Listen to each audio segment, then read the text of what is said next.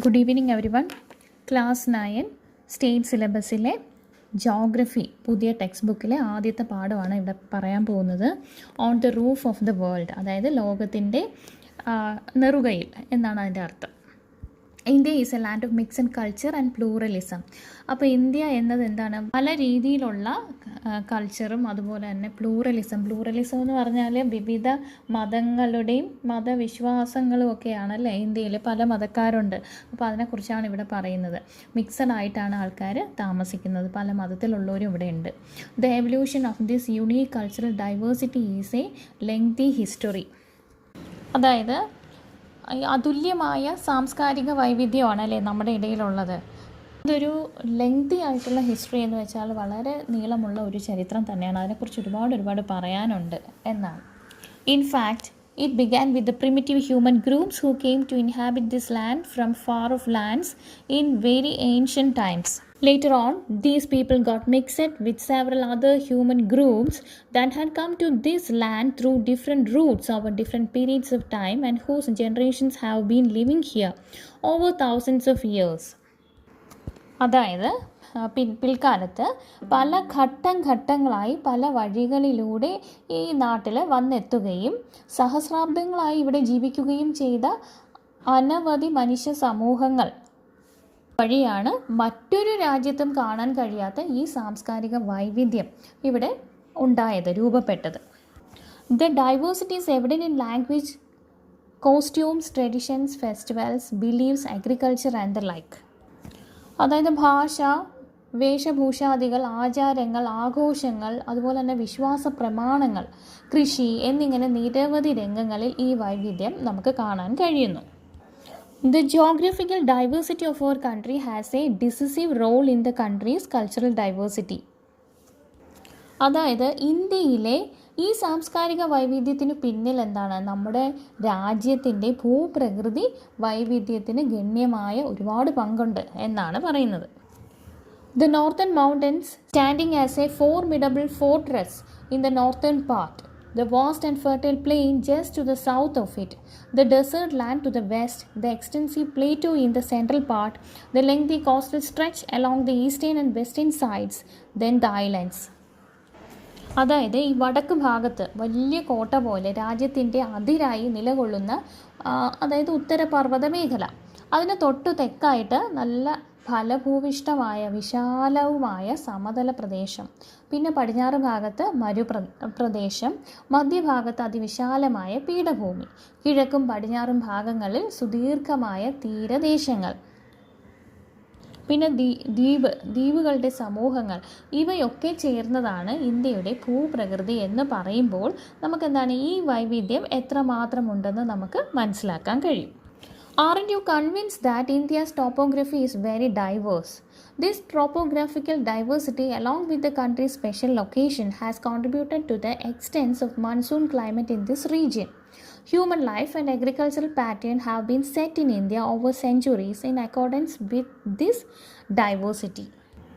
അതായത് ഈ പ്രകൃതിയിലെ ഈ വൈവിധ്യവും രാജ്യത്തിൻ്റെ സവിശേഷമായ സ്ഥാനവും ഇവിടെ മൺസൂൺ കാലാവസ്ഥ അനുഭവപ്പെടുന്നതിന് കാരണമായി തീർന്നിട്ടുണ്ട്. ഇതൊക്കെ ചേർത്ത് നൂറ്റാണ്ടുകളായി ഇന്ത്യയിലെ കൃഷി, ജനജീവിതം എന്നിവ ക്രമപ്പെടുത്തിയിരിക്കുന്നു. In spite of such vivid diversities, അതായത് വൈവിധ്യങ്ങൾ ഏറെ ഉണ്ടെങ്കിലും എന്താണ്, there are factors that enjoin this land and its people with a delicate thread of unity.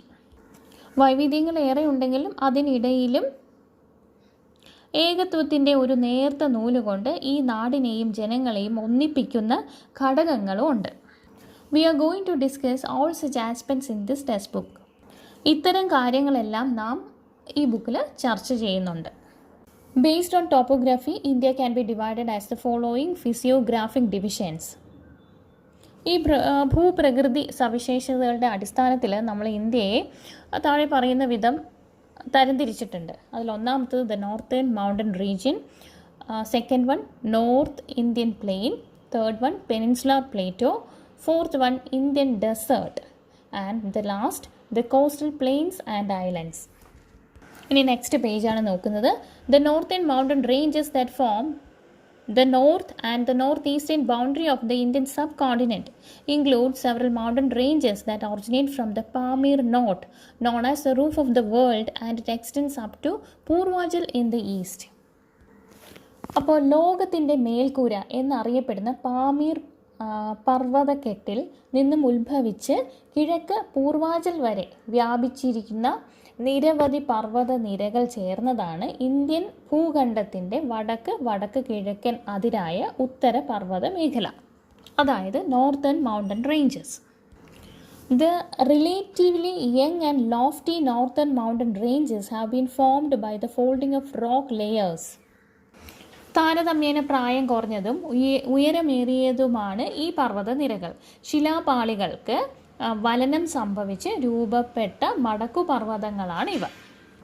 The northern mountain extends from river Indus in the west to river Brahmaputra in the east for nearly 2,400 km and has a width ranging from 150 to 400 km. പടിഞ്ഞാറ് സിന്ധു നദി മുതൽ കിഴക്ക് ബ്രഹ്മപുത്ര നദി വരെ ഏകദേശം 2400 kilometre നീളത്തിൽ വ്യാപിച്ചു കിടക്കുന്ന ഉത്തര പർവ്വത മേഖലയ്ക്ക് 150 മുതൽ 400 കിലോമീറ്റർ വരെ വീതിയുണ്ട്. The region has a peculiar landscape with several high peaks, glaciers and valleys. ഉയരമേറിയ കൊടുമുടികളും ഗ്ലേസിയേഴ്സ് അതുപോലെ തന്നെ വാലീസ് താഴ്വാരങ്ങളും നിറഞ്ഞ സവിശേഷമായ ഭൂപ്രദേശമാണ് അത്.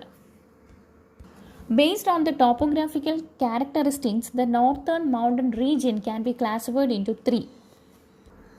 ഭൂപ്രകൃതി സവിശേഷതകളുടെ അടിസ്ഥാനത്തിൽ ഉത്തര പർവ്വത മേഖല അതായത് northern mountain region 3 തരംതിരിച്ചിട്ടുണ്ട്. Number 1 Trans Himalayas, number 2 Himalayas and the third one Eastern Hills. ഇനി ആ ബോക്സിലുള്ളത് നോക്കാം. Generally mountains are the land forms with an average elevation about 900 meters from the sea level. അതായത് സമുദ്രനിരപ്പിൽ നിന്നും ശരാശരി 900 മീറ്ററിന് മുകളിൽ ഉയരമുള്ള ഭൂരൂപങ്ങൾ പൊതുവെ പർവ്വതങ്ങൾ എന്നാണ് അറിയപ്പെടുന്നത്. ഇനി അടുത്തത് ആ ബോക്സിനുള്ളിലുള്ളതാണ് fold mountains. Fold mountains are form due to the compression of sedimentary rock strata of the earth crust. This process is known as folding. The Himalayas and the Alps were formed through this process. അതായത് മടക്ക് പർവ്വതങ്ങൾ എന്നാണ് fold മൗണ്ടൻസിൻ്റെ Malayalam meaning. ഭൂവൽക്കത്തിൻ്റെ ശിലാപാളികൾ സമ്മർദ്ദ ബലത്താൽ മടങ്ങി മടക്കുപർവ്വതങ്ങൾ രൂപപ്പെടാറുണ്ട്. Folding എന്ന ഈ പ്രക്രിയയിലൂടെയാണ് മടക്കുപർവ്വതങ്ങൾ രൂപപ്പെടുന്നത്, അതായത് വലനം. ഹിമാലയം, ആൽപ്സ് തുടങ്ങിയ പർവ്വതനിരകൾ ഇത്തരത്തിൽ രൂപപ്പെട്ടവയാണ്. അടുത്തതായിട്ട് page number 10 complete the following table with the help of the given map. Figure 1.2. The index of the map will help you complete this work. അപ്പോൾ അതിൽ നോർത്തേൺ മൗണ്ടൻസിൽ മൗണ്ടൻ റേഞ്ചസിനെ കുറിച്ച് എഴുതാനാണ് പറയുന്നത്. ഈ ട്രാൻസ് ഹിമാലയാസിൽ ഫസ്റ്റ് വൺ കൊടുത്തിട്ടുണ്ട് കാരക്കോണം, അതുപോലെ ലഡാക്ക്, സാസ്കാർ. പിന്നെ ഹിമാലയാസിൽ ഹിമാദ്രി, ഹിമാചൽ, ഷിവാലിക്. ഈസ്റ്റേൺ ഹിൽസിൽ Naga hills, Mizo hills, Garo, Khasi, Jaintia. Now you have familiarized with the major mountain ranges of the northern mountains and their location. അതായത് ഈ നോർത്തേൺ മൗണ്ടൻസിൻ്റെ ഉത്തര പർവ്വത മേഖലയിൽ ഉൾപ്പെടുന്ന പ്രധാനപ്പെട്ട പർവ്വതനിരകൾ അവയുടെ സ്ഥാനവും എല്ലാം നമ്മളിപ്പോൾ മനസ്സിലാക്കി. The northern most division of the Trans Himalayas is also known as the Tibetan Himalayas. ഇതിൽ ഏറ്റവും വടക്ക് കാണപ്പെടുന്ന ട്രാൻസ് ഹിമാലയം ടിബറ്റൻ ഹിമാലയം എന്നും അറിയപ്പെടുന്നു.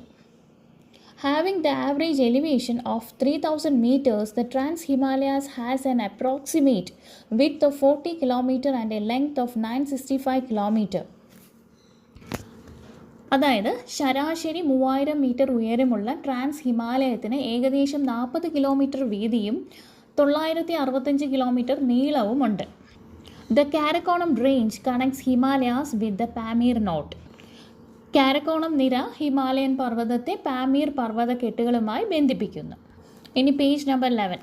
Don't you see 3 parallel ranges that extend to the south of the Trans Himalayas towards the east? അതായത് ഈ trans ഹിമാലയത്തിന് തെക്കായിട്ട് കിഴക്കോട്ട് വ്യാപിക്കുന്ന 3 സമാന്തര പർവ്വത നിരകൾ നമ്മൾ കണ്ടിട്ടുണ്ട്. അപ്പോൾ അത് ഏതൊക്കെയാണെന്നാണ്. These parallel mountain ranges are the Himadri, the Himachal and the Shivalik. അപ്പോൾ അതിൻ്റെ പേരുകൾ എന്ന് പറയുമ്പോൾ ഹിമാദ്രി, ഹിമാചൽ, ശിവാലിക് എന്നിവയാണ് ഈ സമാന്തര പർവ്വത നിരകൾ. These 3 ranges together form the Himalayas. അപ്പോൾ ഈ മൂന്നും ഒരുമിച്ച് ചേർന്നാണ് ഹിമാലയം ഉണ്ടായത്.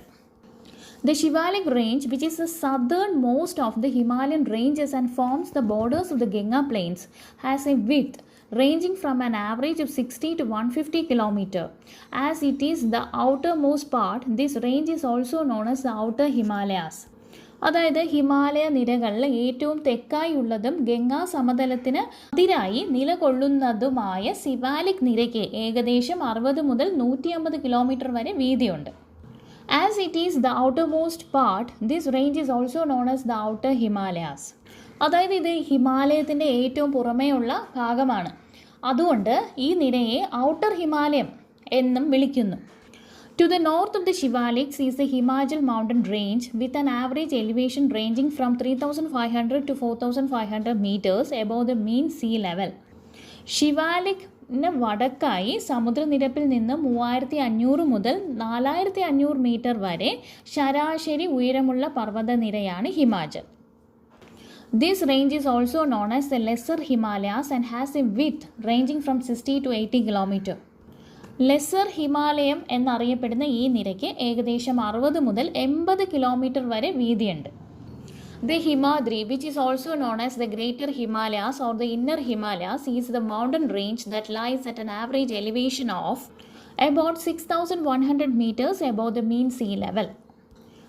അതായത് ഗ്രേറ്റർ ഹിമാലയം, ഇന്നർ ഹിമാലയം എന്നീ പേരുകളിൽ കൂടി അറിയപ്പെടുന്ന ഹിമാദ്രി സമുദ്രനിരപ്പിൽ നിന്നും ഏകദേശം 6,100 മീറ്ററിനു മുകളിൽ ഉയരമുള്ള പർവ്വതനിരയാണ്. The width of the range is nearly 25 kilometer. These are snow-clad mountains. ഏകദേശം 25 കിലോമീറ്റർ ആണ് ഇതിൻ്റെ വീതി. മഞ്ഞു മൂടപ്പെട്ട പർവ്വതങ്ങളാണിവ. Most of the world's highest peaks are situated in this range. അതായത് ലോകത്തിലെ ഉയരമേറിയ മിക്ക കൊടുമുടികളും കാണപ്പെടുന്നത് ഈ നിരയിലാണ്. അടുത്ത് നമുക്ക് ആ ബോക്സിലുള്ള നോക്കാം. Tectonic plates. Lithospheric plate includes the crust and the upper mantle. Tectonic plate എന്ന് പറഞ്ഞാൽ ശിലാമണ്ഡല ഫലകങ്ങൾ എന്നാണ് അതിൻ്റെ മലയാളം മീനിങ്. ഇത് ക്രസ്റ്റും അപ്പർ മാൻഡിലും ചേർന്നാണ്, അത് രണ്ടും കൂടെ ചേർന്നിട്ടാണ് ഈ ലിതോസ്ഫിയറിക് പ്ലേറ്റ് ഉണ്ടാവുന്നത്. Lithosphere consist of the fragments of varying sizes. ഈ ചെറുതും വലുതുമായ കഷ്ണങ്ങൾ ചേർന്നാണ് ഈ ലിതോസ്ഫിയർ ഉണ്ടായിരിക്കുന്നത്.